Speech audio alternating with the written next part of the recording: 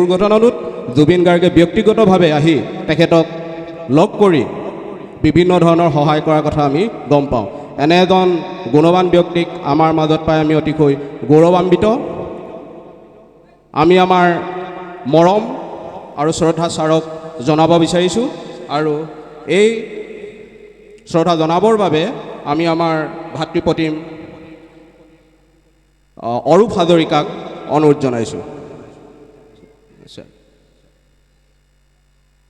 এয়া অৰূপ হাজৰিকা।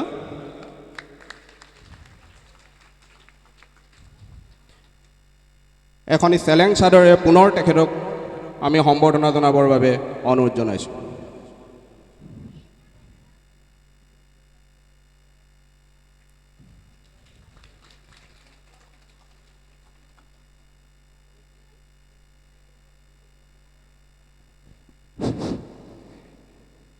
আমি গামোচা আৰু চেলেং চাদৰ সম্বৰ্ধনা জনোৱাৰ পাছত আমি পুনৰ বিশেষ সম্বৰ্ধনা জনাব বিচাৰিছোঁ। তেখেতক আমি ভাতৃপ্ৰতিম ধীৰু হাজৰিকাৰ দ্বাৰাই বিশেষ সম্বৰ্ধনা জনাব বিচাৰিছোঁ।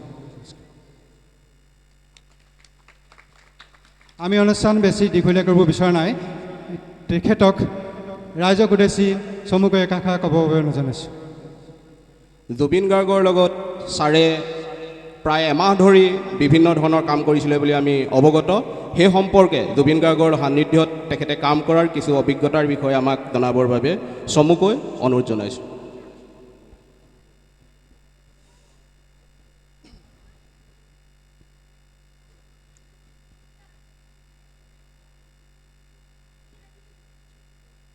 নমস্কাৰ। শংকৰদেৱ জন্মোৎসৱত ইয়াত উপবিষ্ট হৈ থকা সকলো ভক্তবৃন্দক এই অধমে সেৱা জনাইছোঁ। মোৰ জুবিনৰ লগৰ কথাখিনি ক'বলৈ কৈছে তাকে মই কৈছোঁ। জুবিনৰ লগত মই বিশেষকৈ প্ৰথম চিনাকি হৈছিলোঁ যোৰহাটতে। আমি একে সমবয়সৰ হওঁ। যোৰহাটৰ অডিঅ' ৱৰ্ল্ড ৰেকৰ্ডিং ষ্টুডিঅ'ত তাতে মই জুবিনৰ নিজা এখন ফিল্ম ৰেকৰ্ডিং কৰিছিলে। তাত মই বাদ্য সংগত কৰিছিলোঁ। তাৰপিছতে সেয়াই থাকিল। বহুত দিন তেনেদৰে গ'ল। কমেও 10 বছৰমানৰ পিছত মোক আকৌ গুৱাহাটীলৈ মাতিলে। গুৱাহাটীলৈ নিজেই মাতিলে, বোলে তই ইয়ালৈ আহ আৰু মোৰ ইয়াতে থাকিব লাগিব, মোৰ লগত কাম কৰিব লাগিব। তাৰপিছত তেতিয়াই নিজাববীয়াকৈ প্ৰথম বিহু কেছেট নিজে কৰিছে। আগত ইভাগে বহুত বিহুগীত তেখেতে গাইছে, কিন্তু নিজববীয়াকৈ এটা কেছেট কৰিছিলে নাহৰ বুলি, প্ৰথম এলবাম। সেই নাহৰ এলবামটো বজাবৰ কাৰণে মোকে নিমন্ত্ৰণ কৰি ইয়াৰ পৰা মাতিছিলে। তাৰমানে মই গৈছিলোঁ। আৰু সেই প্ৰথম যিটো গীত আপোনালোকে শুনিয়ে থাকে, ঐ নাহৰ যিটো গীত, সেই গীতটো গোটেই মিউজিকখিনি মই নিজে কৰা। তাত যিখিনি মিউজিক কৰা হৈছে সেইখিনি মই নিজে কৰা। আৰু মাত্ৰ জুবিনে মোক এটা আভাসহে দেখাই দিছিলে যে এইটো তই এনেকুৱা ধৰণে কৰিব লাগিব। আৰু সেইদৰে ময়ো চিন্তা কৰি সেই গীতটো তেনেকুৱা ধৰণে কৰিছিলোঁ। আৰু তাকে সকলো ৰাইজে সেই গীতটো বৰ সুন্দৰকৈ আঁকোৱালি ল'লে। কিন্তু কি হ'ব, আজি দুৰ্ভাগ্যৰ বিষয়, ক'বলৈ একো হেৰি নাই। আপোনালোকে সকলোৱে জানে, সকলোৱে গম পাই আছে। আৰু জুবিনে মোৰ এটা বহুত ডাঙৰ এক্সিডেণ্ট হৈ গৈছিলে। সেই এক্সিডেণ্টত সি খবৰ পাই মোলৈ আৰ্থিকভাৱে বহুতো সহায় জনাইছিলে। সেইখিনি কথা মই পাহৰিব নোৱাৰোঁ। আৰু জুবিনেও এতিয়া এই সংসাৰত নাই বুলি আপোনালোকে সকলোৱে জানে। আৰু জুবিনৰ আত্মাই সদগতিত পাওক, তাৰে কামনা কৰি ময়ো দুআষাৰ ইমানতে সামৰণি মাৰিছোঁ। শ্ৰদ্ধাৰ দুৰ্গেশ্বৰ বৰাদেৱলৈ আমি ধন্যবাদ জ্ঞাপন কৰিছোঁ।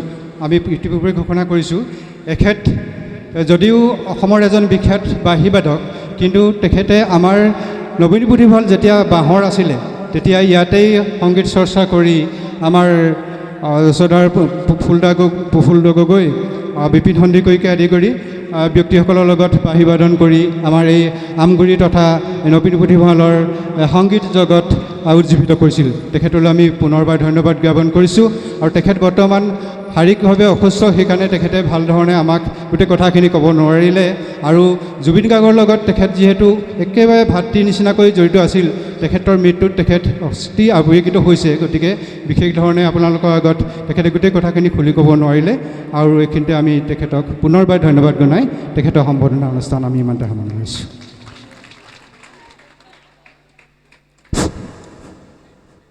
এতিয়া আমি আমাৰ আজি মূল অনুষ্ঠান সমাজৰত্ন বঁটা প্ৰদান কৰিবৰ বাবে আগবাঢ়িছোঁ। আমি বঁটাটিৰ বিষয়ে আমি ইতিপূৰ্বে কিছু কথা আপোনালোকক অৱগত কৰিছোঁ। আমাৰ এই অনুষ্ঠানটিৰ লগত জড়িত আমাৰ পাৰ্শ্বৱৰ্তী প্ৰায় 7খন গাঁও আছে। আৰু এই 7খন গাঁৱৰ যিসকল বিশেষ ধৰণৰ সমাজকৰ্মী ব্যক্তি আৰু যিসকলে আমাৰ এই অনুষ্ঠানৰ লগত ওতঃপ্ৰোতভাৱে জড়িতই আজিৰ তাৰিখলৈকে আমাক সহায় সহযোগ কৰি আছে, তেখেতসকলৰ ভিতৰৰ পৰাই আমি বিশেষ পদ্ধতিয়ে প্ৰতি বছৰে এজনকৈ ব্যক্তি নিৰ্বাচন কৰোঁ আৰু এই মহেন্দ্ৰখনত আমি তেখেতক এই বঁটা প্ৰদান কৰোঁ। আমি প্ৰায় 2022 চনৰ পৰা আমি এই অনুষ্ঠানভাগী প্ৰৱৰ্তন কৰাইছোঁ। আমি প্ৰথমেই 2022 চনত সমাজৰত্ন বঁটা হিচাপে নিৰ্বাচন কৰিছিলোঁ। আমাৰ এই অঞ্চলৰ প্ৰতিষ্ঠাৰ বাবে জড়িত সমাজকৰ্মী ব্যক্তি শ্ৰদ্ধাৰ শ্ৰীযুত ৰূপৰাম গগৈদেৱ। 2023 চনত আমি নিৰ্বাচন কৰিছিলোঁ আমাৰ এই অনুষ্ঠানৰ প্ৰতিষ্ঠাৰ কালৰ পৰা জড়িত আৰু আজিৰ তাৰিখতো আমাৰ লগত ওতঃপ্ৰোতভাৱে জড়িত আমাৰ এই উৎসৱভাগী পৰিচালনা কৰাৰ ক্ষেত্ৰত সহায় সহযোগ আগবঢ়াই সমাজকৰ্মী ব্যক্তি, সাংস্কৃতিক ব্যক্তি শ্ৰদ্ধাৰ শ্ৰীযুত জীৱকান্ত ফুকনদেৱ। আমি 2024 চনত বঁটা প্ৰদান কৰিছিলোঁ আমাৰ এই অনুষ্ঠানৰ লগত জড়িত হৈ আমাৰ অসম তথা আন্তঃৰাষ্ট্ৰীয়ভাৱে সাংস্কৃতিক ক্ষেত্ৰত জড়িত ব্যক্তি শ্ৰদ্ধাৰ শ্ৰীযুত দ্বিজেন গগৈদেৱ। আৰু এই বছৰ আমি নিৰ্বাচন কৰিছোঁ আমাৰ এই অঞ্চলৰে অন্যতম এজন সমাজকৰ্মী ব্যক্তি, আমাৰ এই অনুষ্ঠানৰ লগত ওতঃপ্ৰোতভাৱে জড়িত আৰু কৃষিৰ লগত বিশেষভাৱে জড়িত ব্যক্তি শ্ৰদ্ধাৰ শ্ৰীযুত প্ৰফুল্ল সন্দিকৈদেৱ। আমি বঁটা প্ৰদান অনুষ্ঠানলৈ আগবাঢ়িব বিচাৰিছোঁ। প্ৰথমতে আমি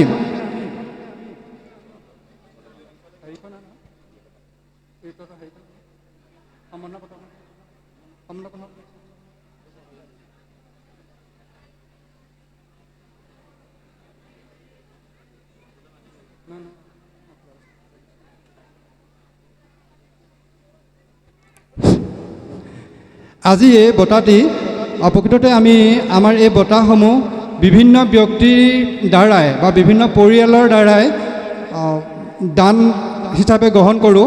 আৰু এইবাৰ এই বঁটাটো প্ৰদান কৰিছে আৰোহণ, এই group of self help family হৈ। তেখেতসকল সদস্যসকল আছে বুদ্ধ গগৈ, ৰূপম গগৈ, নৱজ্যোতি লাহন, পাপু হাজৰিকা, বিকুল গগৈ, চৈতন্য গগৈ, দীপজ্যোতি গগৈ, মানস গগৈ, নিতুল গগৈ, জ্যোতিষ গগৈ, ৰূপজ্যোতি হাজৰিকা, অভিজিত চেতিয়া, বিতু গগৈ। মই ঘোষণাটি পুনৰবাৰ জনাইছোঁ। এই বঁটাটি এইবাৰৰ বাবে প্ৰদান কৰিছে আৰোহণ, এই group of self help family হৈ বুদ্ধ গগৈ, ৰূপম গগৈ, নৱজ্যোতি লাহন, পাপু হাজৰিকা, বিকুল গগৈ, সত্যেন গগৈ, দীপজ্যোতি গগৈ, মানস গগৈ, নিতুল গগৈ, জ্যোতিষ গগৈ, ৰূপজ্যোতি হাজৰিকা, অভিজিত চেতিয়া আৰু বিতু গগৈ। আমি এই শ্ৰদ্ধাৰ ব্যক্তিসকলকো আমাৰ এই মঞ্চত